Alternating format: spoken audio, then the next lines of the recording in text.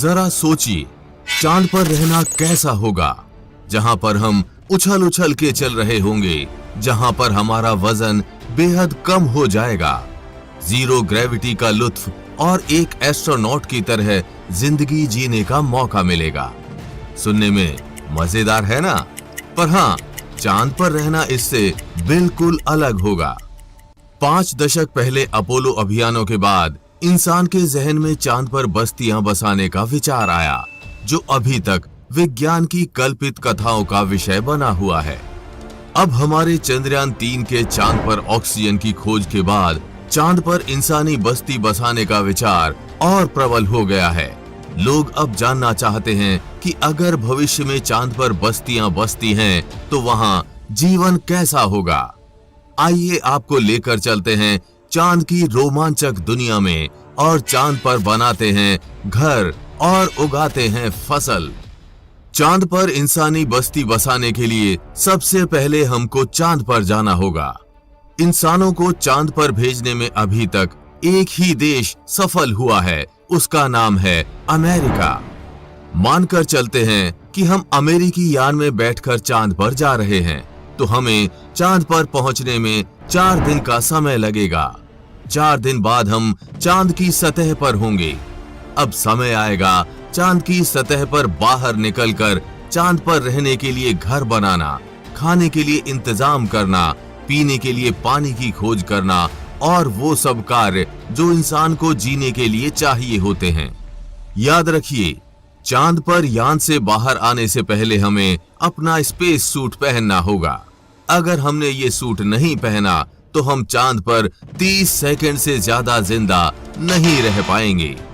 अगर कोई चांद पर बिना स्पेस सूट या उपकरणों के उतरता है, तो साइंटिस्ट और तमाम रिसर्च बताती हैं कि इंसान की चांद पर बिना स्पेस सूट के जिंदा रहने की संभावना काफी कम है।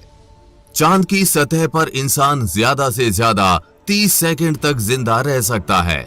इस बीच भी उसे कई तरह की दिक्कतों का सामना करना पड़ सकता है। चांद पर रात का वक्त काफी ठंडा हो जाता है। ये तापमान -175 डिग्री तक गिर जाता है। इसलिए अगर आप रात के वक्त चांद पर जाते हैं, तो तुरंत आपकी मौत नहीं होगी। आप इस ठंड को करीब 20 से 30 सेकंड तक झेल सकते हैं। चांद पर बिना स्पेस सूट के जाने पर उल्का पिंडों से भी आपकी तुरंत मौत हो सकती है। चांद का गुरुत्वाकर्षण कम होने की वजह से इसके आसपास कोई भी वायुमंडल मौजूद नहीं है। वायुमंडल की नामौजूदगी वहां पर रहने वालों के लिए उल्का पिंड जैसे खतरे का डर लगातार बना रहता है। यानी आप चांद पर खड़े हैं और पता नहीं कब एक बड़ा पत्थर आसमान से उड़कर आएगा और आपकी मौत वहीं पर हो जाएगी। यही वजह है चांद पर बड़े बड़े गड्ढों की। पृथ्वी से देखने पर जो चांद पर काले धब्बे दिखाई देते हैं, असल में वे धब्बे नहीं, गड्ढे हैं। जहां पर सूर्य की रोशनी नहीं पहुंच पाने की वजह से वो धब्बे नजर आते हैं। अब साफ है कि अगर हमको चांद पर रहना है, तो बाहर निकलने के लिए हमें स्पेस सूट पहनना होगा और वहां रहने के लिए एक हैबिटेट का निर्माण करना होगा, जिसमें चांद पर होने वाले तापमान के परिवर्तन का हम पर कोई असर ना हो, और अगर कोई उल्कापिंड आ भी जाए तो उससे आपको कोई नुकसान ना हो। अब आप में से कुछ लोग सोच रहे होंगे, ये हैबिटेट क्या होता है? तो उसका जवाब है चांद का घर।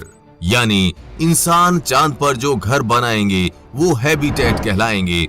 और आसानी से समझने के लिए आपके स्क्रीन पर चल रही इस फोटो को देखिए। चांद पर बनने वाले घर यानी हैबिटेट कुछ ऐसे होंगे जिसमें इंसान के रहने के लिए वो हर सुविधा उपलब्ध होगी जो पृथ्वी पर मौजूद घर में होती है। बस इस घर को ऊपर से आवरण इस प्रकार मजबूत दिया जाएगा जिससे उल्कापिंड और बाहरी तापमान का अंदर कोई असर ना हो। चलो, अब रहने का जुगाड़ तो हो गया। अब चांद पर दूसरी जरूरत होगी खाना। जैसे बोला जाता है, इंसान की 3 जरूरतें होती हैं, रोटी, कपड़ा और मकान। कपड़ा हमें स्पेस सूट के रूप में पहनने को मिल गया है, मकान हमने हैबिटेट के रूप में बना लिया है। अब बचा है तो रोटी यानी खाना। आप खाने के लिए चांद पर सब्जियां उगा सकेंगे। 2014 में एक शोध में पाया गया था कि चांद की मिट्टी पर चीजें उगा पाना मुमकिन है। चीन चांद पर सरसों और आलू की खेती कर चुका है। हमारा चंद्रयान 1 2008 में ही इस बात की पुष्टि कर चुका है कि चांद पर पानी है। बस अंतर इतना है कि वो बर्फ के रूप में है। हम इस बर्फ को पिघलाकर पानी बना सकते हैं, जिसके माध्यम से हम चांद पर खेती कर सकते हैं और चांद पर हम कुछ ऐसा उगा सकते हैं जो चांद की सतह पर और मौसम में आसानी से उग जाए और हम उसको खा सकें। चलो, खाना तो हो गया, अब खाने के बाद पीने के लिए पानी तो चाहिए होगा ना। अब जानते हैं चांद पर पीने के पानी के लिए क्या करना होगा। चांद पर जिस पानी के होने की बात की जा रही है, क्या वो सही में पीने योग्य हो सकता है? दरअसल चांद पर सूरज की ओर उत्सर्जित किए हुए प्रोटॉन्स चांद पर सतह पर आते रहते हैं। माना जा रहा है कि इनमें से कुछ प्रोटॉन चांद की मिट्टी में ऑक्सीजन के अणु के साथ मिलकर पानी बनाते हैं, लेकिन ये वैसा पानी नहीं है जो पृथ्वी पर पीने वाला पानी है, और ये पानी भी बहुत कम मात्रा में है। इसका नतीजा ये है कि चांद की मिट्टी अभी भी पृथ्वी के रेगिस्तानों की तुलना में कई गुना सूखी है। इसके अलावा पानी का एक और तरीका है, आपका पेशाब। हैरान मत होइए, ये सच है। अंतरिक्ष यात्री भी इंटरनेशनल स्पेस स्टेशन में रिसाइकल किए गए पेशाब को पानी में परिवर्तित करके पीते हैं। ऐसे ही चांद पर हम पेशाब को रिसाइकल करके पीने के लिए कन्वर्ट कर सकते हैं। एक और चीज है जिसकी आपको काफी फिक्र करनी होगी, वो है चांद पर मौजूद धूल। ये चुंबकीय धूल सभी जगह पहुंच जाती है। ये आपके सूट पर लगेगी और आपकी त्वचा पर भी। पहले के अंतरिक्ष यात्रियों को इससे एलर्जी भी हो चुकी है। ये थोड़ा खतरनाक भी होता है, यानी आप इसे गलती से निगल लेते हैं तो बहुत बड़ी समस्या हो सकती है। लेकिन चांद के धूल की चिंता केवल इंसानों तक सीमित नहीं है, ये मशीनों के अंदर भी जा सकती है, जिससे ये ओवरहीट हो सकती है। इससे पहले कि हम चांद पर बसें, ये सब बड़ी समस्याएं चांद पर हैं, जिसका हल हमें ढूंढना होगा। नासा चांद पर रहने के लिए एक अलग दिशा में भी काम कर रहा है। 2009 में ही नासा ने चांद पर ऐसे गड्ढे खोज लिए थे जिनमें इंसानी बस्ती बसा सके। इन गड्ढों के अंदर 17 डिग्री सेल्सियस तापमान है। ये ऐसा तापमान है जहां पर इंसान आराम से रह सकता है और काम कर सकता है। यानी भविष्य में ऐसे गड्ढों के अंदर इंसानी बस्तियां बसाना आसान हो जाएगा। वैज्ञानिक इस बात पर हैरान हैं कि चंद्रमा के अन्य इलाकों के गड्ढों से ये रहने लायक गड्ढे एकदम अलग हैं। चांद पर दिन 2 हफ्ते लंबा होता है। यहाँ पर तापमान इतना ज्यादा हो सकता है कि धरती पर पानी उबल जाए। ऐसे में इन गड्ढों में रहने लायक स्थितियों का होना खुशखबरी मानी जा रही है।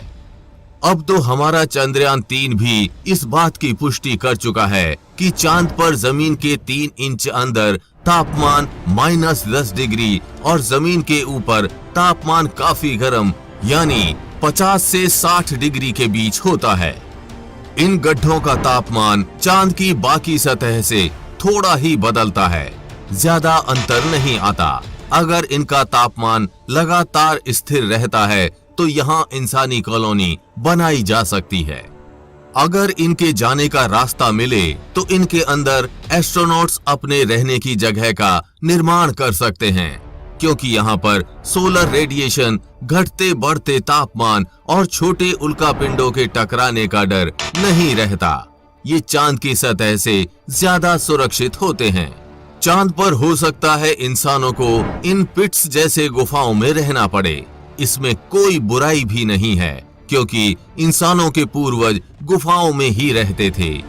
अगर सब कुछ सही रहता है तो अगले कुछ वर्षों में इंसान चांद की सतह पर लौटेंगे, वहां अपनी कॉलोनीज बनाएंगे ये लूनर पिट्स उनकी सुरक्षित कॉलोनी बनाने का सपना पूरा करने में मदद कर सकते हैं।